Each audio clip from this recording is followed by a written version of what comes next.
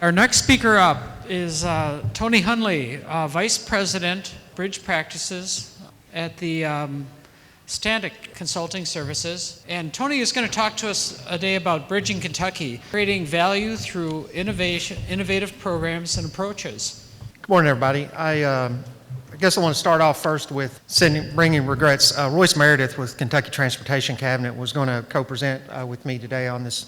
Royce is the overall program manager for the Kentucky Transportation Cabinet on the Bridging Kentucky program. Last minute, Royce had a conflict and wasn't able to attend. So with that, I'm going to carry Royce's part of the presentation. I've got some notes up here. So the Bridging Kentucky program was a program this is an extensive program. There's a lot of aspects to it. So this presentation I'm going to go over very quickly, very high level, and really hopefully spur many of the slides in this presentation could be their own presentation. So I do want to, there are several folks in the room, and because of that, maybe a lot of questions about the program. Real quick, if I wanted some of the folks who are in the room who've helped contribute to it to stand up, and through this week, if you see them, if you have any questions, you're welcome to come up to me. But we also have Craig Klussman with AECOM, who's part of the team. We had Evan Dick with QK4, who looks like he just stepped out of the room, and Mike Lawler with Stantec, and Mario Fasano with Stantec. So if you see any of us, if you got any questions about Bridging Kentucky over the next few days, by all means, come up to us and ask us, and we'll be glad to talk about it. We named the presentation Creating Value Through Innovative Program Approaches for a couple of reasons. One, value is critical to, it's a core concept with the Bridging Kentucky program. The goal of the program was to address Kentucky's increasing backlog of deficient bridges and do it in a way that we could leverage limited funds across many bridges. And the other reason is because we're about 3.5 years into the program now, and so we've got some successes, we've got some results on the ground that we can report on. As I mentioned, the program was launched in 2018 with the enactment of the highway plan, the 2018 highway plan by the Kentucky legislature. And in that highway plan, there was a strong commitment, the largest commitment to the bridge program in the state of Kentucky in its history. There was a little over $500 million put in the 2-year highway plan in 2018 for bridges, specifically for bridges. And about $350 million of that was set aside and dedicated to a bridge program that was yet to be determined how that program was going, what it was going to look like and how it was going to be delivered. But that commitment was made in that program. And then in 2018, our team was selected to help work with the Kentucky Transportation Cabinet to deliver that program. It truly is, as you can see here on this map, it truly is a statewide program. There were more than 1,200 bridges across the state of Kentucky that our team screened, evaluated, scoped, whether they should be rehabs or replacements, developed cost estimates as candidate bridges for the program. And those were in all 120 counties across the state, and a mix of local agency and state bridges. The mandates, as I mentioned, our mandates were, we wanted to address efficiencies. There's been programs, or maybe that's not the right term, there have been bridge projects across several state DOTs where they've looked to address bridges in a big way.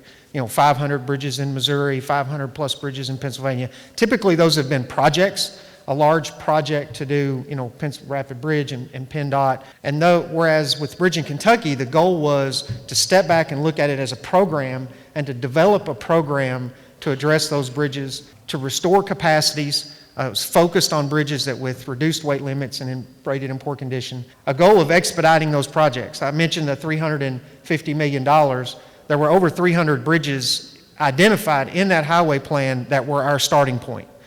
And our mandate was to deliver those bridges in the first biennium. So the goal of delivering more than 300 bridges in the first biennium, which was about 4 times what the Transportation Cabinet would typically deliver in a 2-year period. And to do that, we had to create efficiencies in all aspects of the program and program delivery. Typical bridges in the program, this program was not focused on major river crossings. It was not focused on interstate bridges.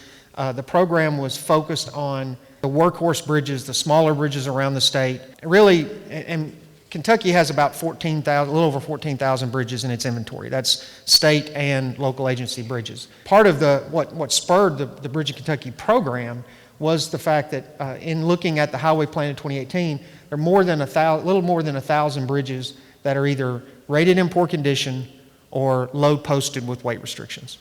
And so the goal was to address that in a big way, was to address that, and that backlog growing.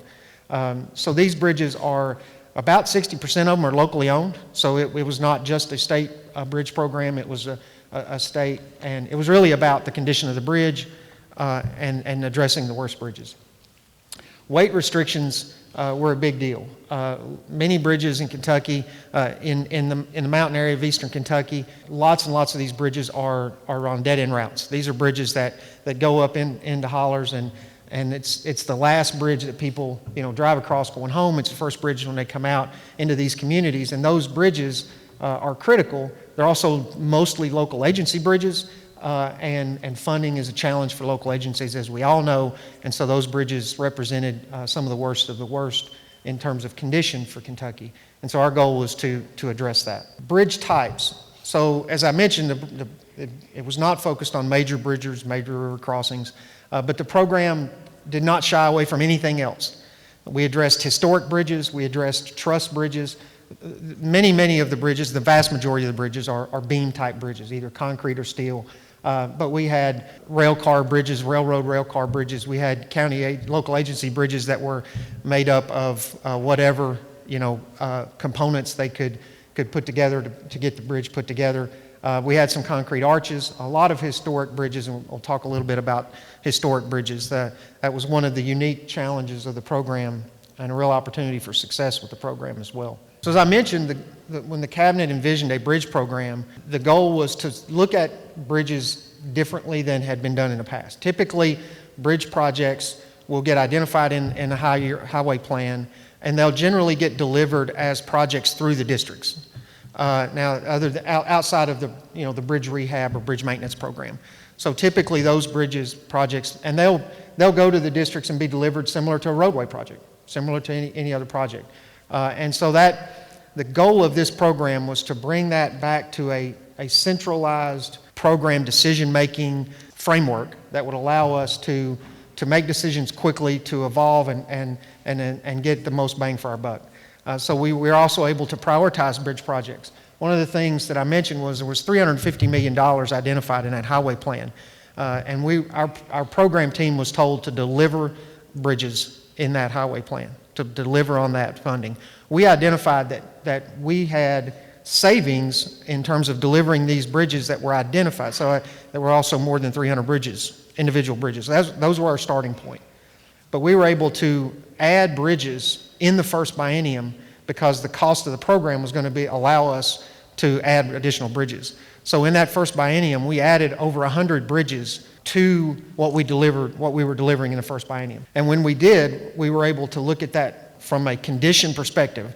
The criteria that was given to us in terms of how to add those 100 bridges were condition, the worst of the worst. We looked at the bridges that had critical impacts to school buses, emergency vehicles, the bridges with the lowest load postings, the bridges that were most imminent in danger of being closed. I've already mentioned the centralized decision making. So as the program team, as Royce Meredith would be covering this part of the presentation, it was really a wide collaboration in terms of input. So we would collaborate with districts, and we continue to grow collaboration throughout delivery of the program with the districts, with bridge maintenance, with other folks to get input on the bridges and use that information to inform a centralized decision-making approach that would allow us to be nimble, that would allow us to take feedback from what we were doing, from construction, and be able to implement it on the fly in the bridges that were being designed.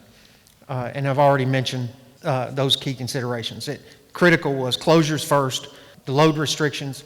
Many of the bridges on the local agency system, for example, maybe they weren't in poor condition, maybe they were close, but they were often undersized. So you had undersized bridges, local agency bridges, which were as critical as bridges that are in poor condition because those undersized bridges would not allow emergency vehicles or school buses to cross those bridges. We started, the program team started in 2018, and efficiency had to be number one. If we were going to deliver 400 bridges in 2 years to construction and engage the entire industry, the plan was not to put out a contract for 400 bridges. Our mandate was to determine how to engage the entire industry in Bridge Kentucky.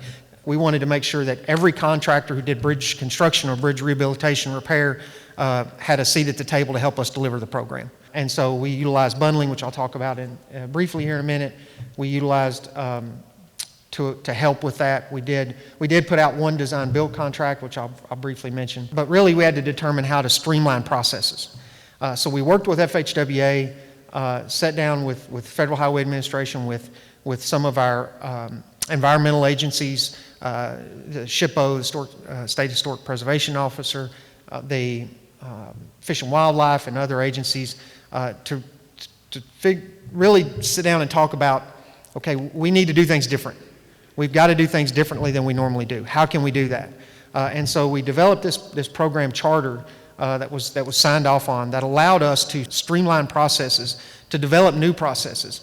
We really started with every aspect of right-of-way acquisition, utility coordination, environmental processes, and basically asked our groups, our experts in those fields, is it a law or is it a practice? You know, what we're doing today, if we want to do something, if you could do something off the wall different, what would you do? How could you do something different to deliver? We could do this, but it's never been done. Well, is it a law or is it a practice? If it's a law, okay, we can't do it. But if it's a practice, let's put it out there. Let's change it. Let's change practice. And so many of the ways that we delivered, especially in the environmental area, were new programmatic agreements and getting buy-in from Fish and Wildlife and other areas. Program team, we developed a program team, large program team. There are 22 consultants on our general engineering consultant team, and that team covered the full gamut of program management. As I mentioned, this program really encompasses everything from planning and scoping, bridge asset management, developing screening processes and looking at life cycle cost evaluations to determine cost estimates, through project delivery, every aspect of project delivery through and on to delivery, construction procurement, looking at different construction procurement techniques, providing construction administration support during construction. The communications was a big component. We wanted to really sell this program in a big way across the state. And rolling all of that up in terms of tracking cost, tracking our success in delivering and spending the funds that we had, and how were we doing that efficiently? Were we saving costs, which I'll talk about.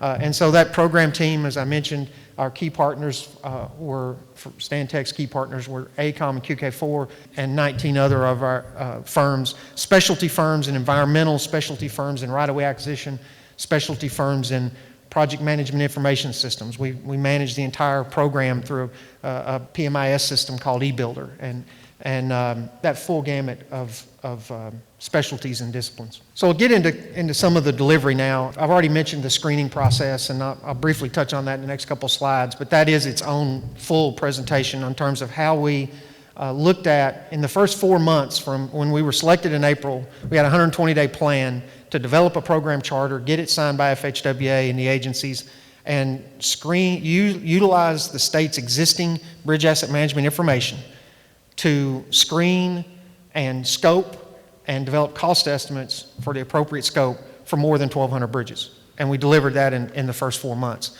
as well as some quick win rehab projects that we got out to, that we knew were going to be rehabs, and we got those rehabs out to construction in that first 4 months. So then as we took that screening information, and then we assigned our design teams, and we had multidisciplinary site assessments, and that was an opportunity to confirm, boots on the ground with a multidisciplinary team, is that the right scope? If we determined it was a rehab, is that really a rehab, or should we change it to a replacement? If it was a replacement, could we rehab it? I would say around 10% of the projects that we changed the scope once we did the site assessments and really helped validate our screening process. It really helped validate the screening process we developed in the life cycle approach. As I mentioned, this was not a bridge replacement program. The goal was to do the right solution for the right the right project. So that was really what we were focused on, do the right thing to the right bridge. If a rehab was the appropriate solution and we could get 30 years of life, we could eliminate load postings, and that was the best decision from a life cycle cost evaluation standpoint, then we would do a rehab. And really we ended up in about a 50-50. I'll speak to that in just a minute. And then I've already talked about new approaches and incorporating some of those new approaches, which I'll speak to as we go along a little bit. The screening process that was developed was kind of a multi-level process. As I mentioned, it was data-driven. We utilized the information that we had from bridge inspections in the state's BRM system. We utilized that information. We developed deterioration models. We refined those deterioration models from other states to how they could match Kentucky's unique inventory and unique climate.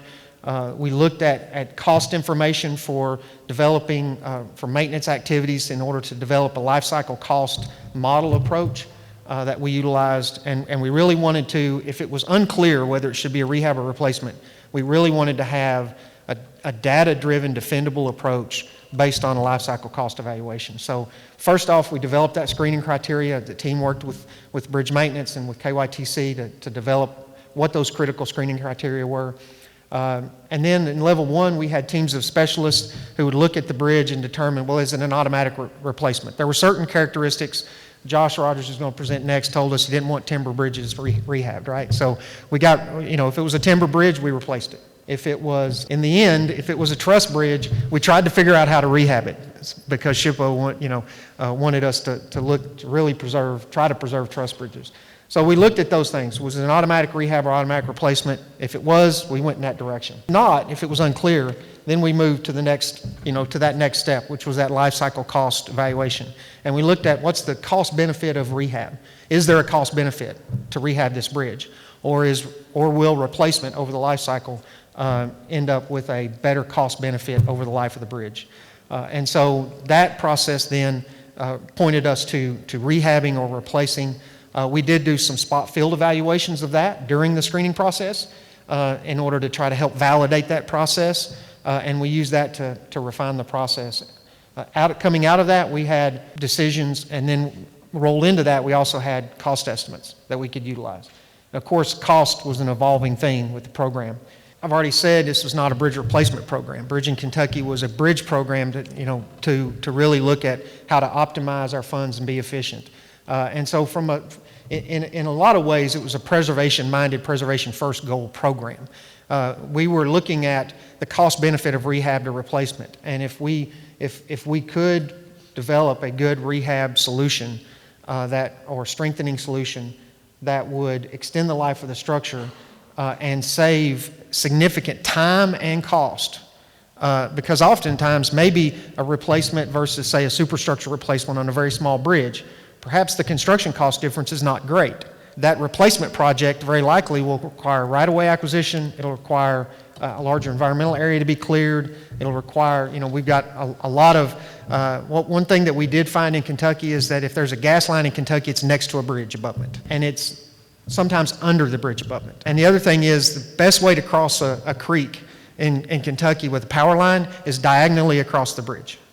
That's the best way to do it. That way you make sure the crane can't lift the beams. You've got to figure out how to move the power line. And so those were things that doing a superstructure replacement under strengthening could really significantly reduce costs and project time in those areas. We ended up with about a 50-50 split in the bridges we had screened on rehabs versus replacements. The vast majority of our rehabs ended up being superstructure replacements. The reason and that was something that was a little unique. There's not been a lot of historical superstructure replacements done by the cabinet. Oftentimes because when a project, it's determined that it's undersized, it's load posted, and those projects would move forward in the normal process, they would just become replacement projects. That was kind of the default. But by introducing superstructure replacements, it really helped us in these other areas.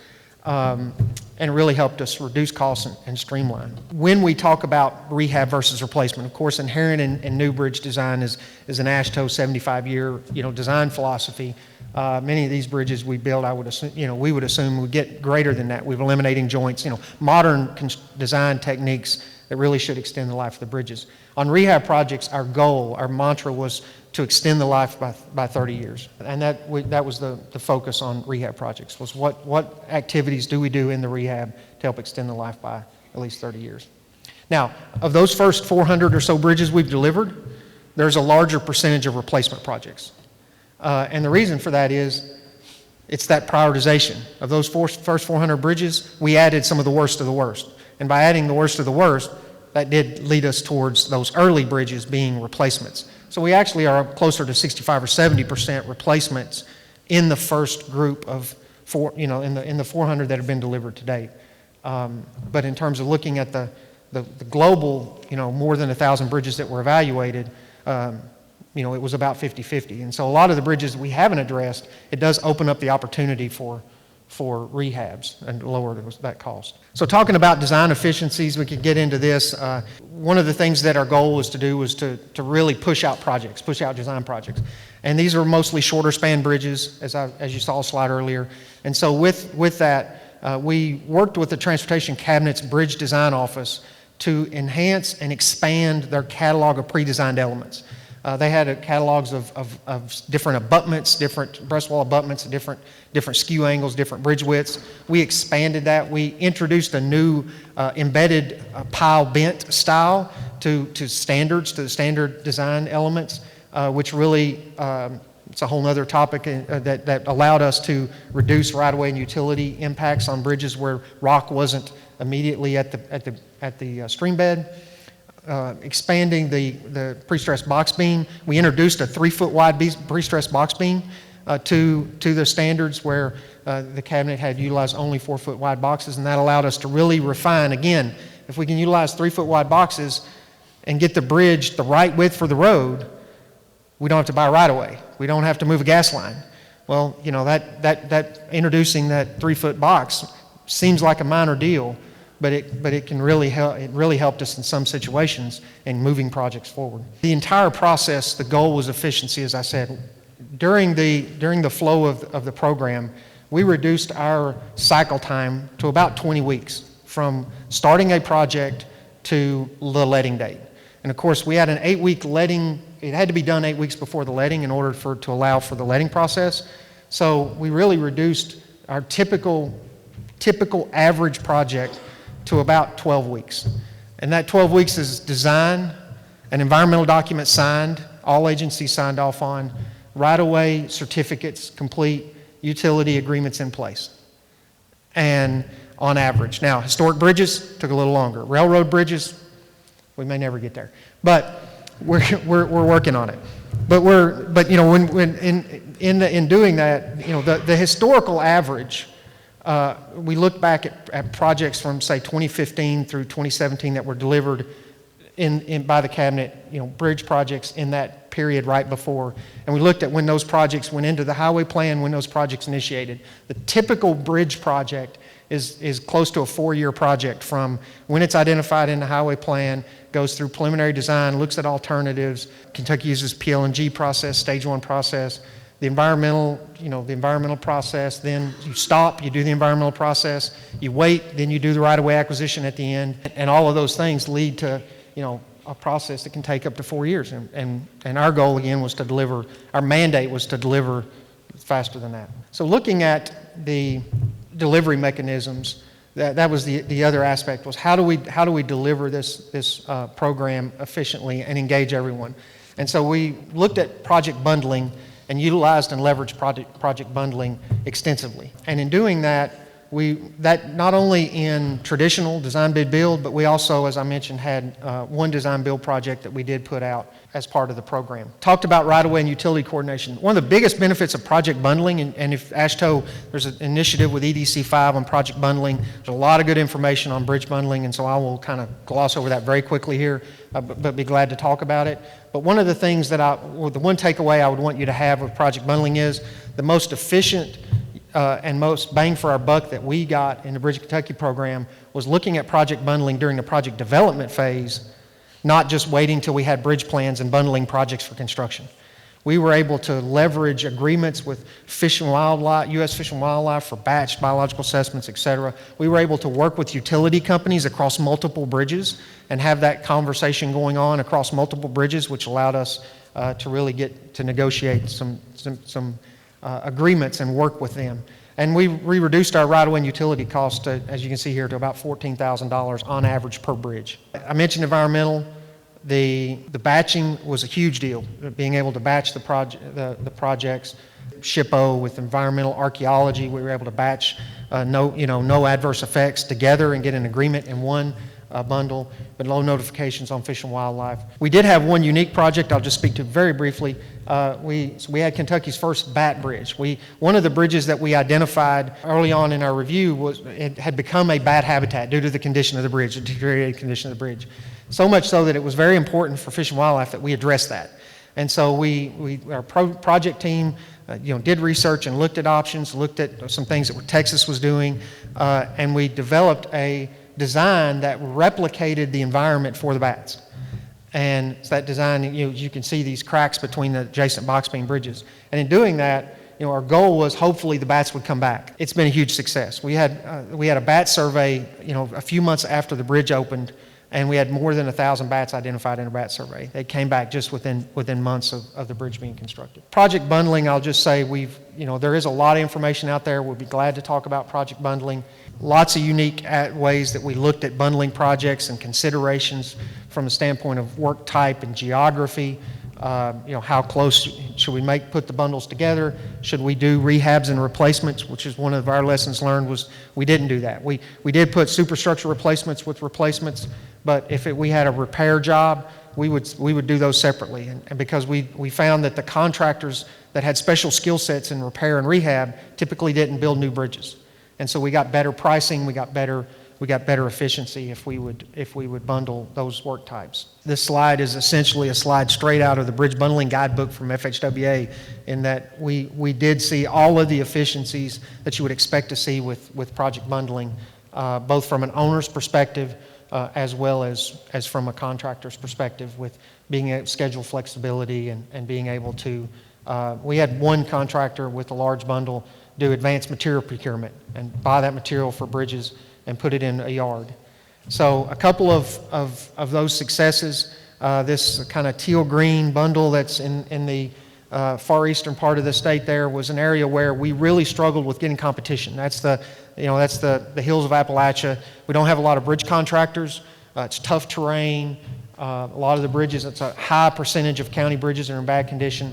And so a lot of dead-end routes. So we had to work with how to get those bridges reconstructed. And so we actually had put a small bundle out and didn't get a bidder because the contractors that work in that area were full. We had filled them up with work.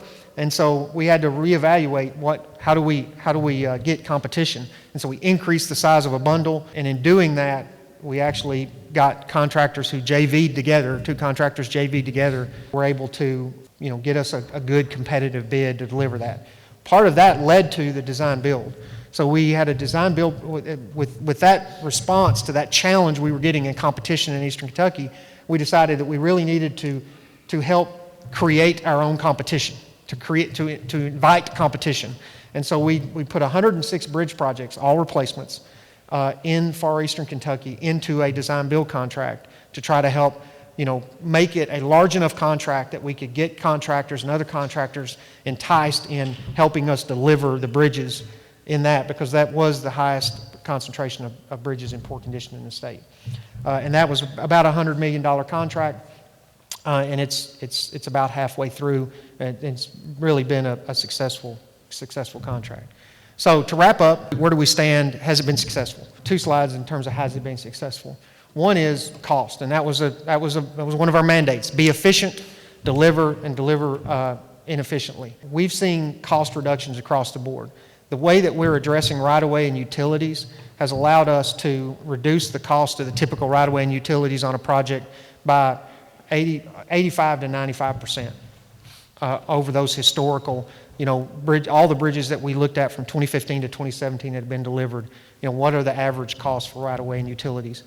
Design costs reduced by over 60%. And that's efficient, looking at pre-designed elements. That's also reducing right-of-way and utility acquisition, the downtime in a project development cycle, and that time of having to meet and work through these different and looking at alternatives. We got to a scope, we got the project done and got it out to construction. But really, all of those pale, it's all about construction dollars, right? The typical project for KYTC over that period before, the typical bridge project, total cost, design, right-of-way, utilities, construction, is around $1.2 million on average for these types of bridges. That was our numbers that we were working with when we started the program. Through the bridges we've delivered to date, our average cost, full cost, design, right-of-way, utility, construction, and program management is in the $720,000 range. With that, we're seeing significant savings. So this is the last slide. This is the progress to date. We've got a little over 400 bridges out, and with that, I think I'm done. And like I said,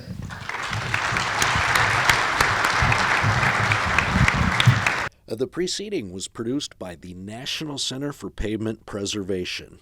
More information can be found on the web at pavementpreservation.org. Additional support provided by Michigan State University.